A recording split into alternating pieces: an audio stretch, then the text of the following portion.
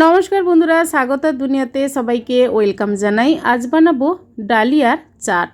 স্বাস্থ্যকর, হেলদি, বিনা তেলে এই রেসিপিটি একবার বানিয়ে দেখুন, ভালো লাগবে। সবার প্রথমে নিয়েছি ডালিয়া 1 বাটি। প্রেসার কুকারে ডালিয়া দিয়ে দিলাম আর দিয়ে দেব 1.5 বাটি জল। আপনারা ডালিয়া কড়াইয়ের মধ্যে জল দিয়ে সেদ্ধ করে নিতে পারেন। আর ডালিয়ার সঙ্গে আমি দিয়ে দেব সামান্য পরিমাণ লবণ। একটা সিটি দিয়ে ডালিয়া আমি সেদ্ধ করে নেব। ডালিয়া সেদ্ধ করে নেওয়ার পর কিছুক্ষণ ঠান্ডা করতে দেব। তারপর একটা বড় পাত্রের মধ্যে ডালিয়া ঢেলে দিলাম। ডালিয়া ঠান্ডা হয়ে যাওয়ার পর কিন্তু খুবই ঝরঝরে হয়েছে।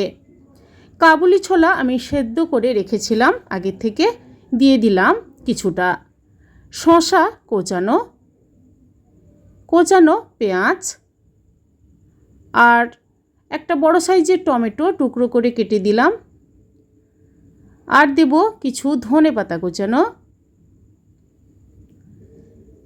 চিলি ফ্লেক্স 1/2 টেবিল স্পুন দিয়ে দিলাম। ঝালটা আপনারা আপনাদের মতো করে দেবেন।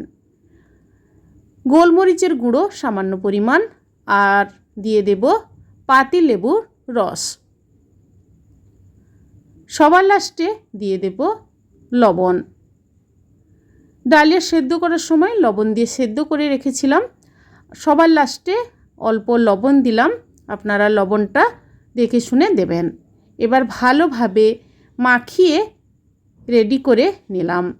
এইভাবে ডালিয়ার স্বাস্থ্যকর রেসিপিটি কিন্তু বাড়িতে সকালে ব্রেকফাস্টে কিংবা বাচ্চার স্কুল টিফিনে বানিয়ে ফেলতে পারেন। এখানে কিছু চিনেবাদাম ভেজে দিতে পারেন।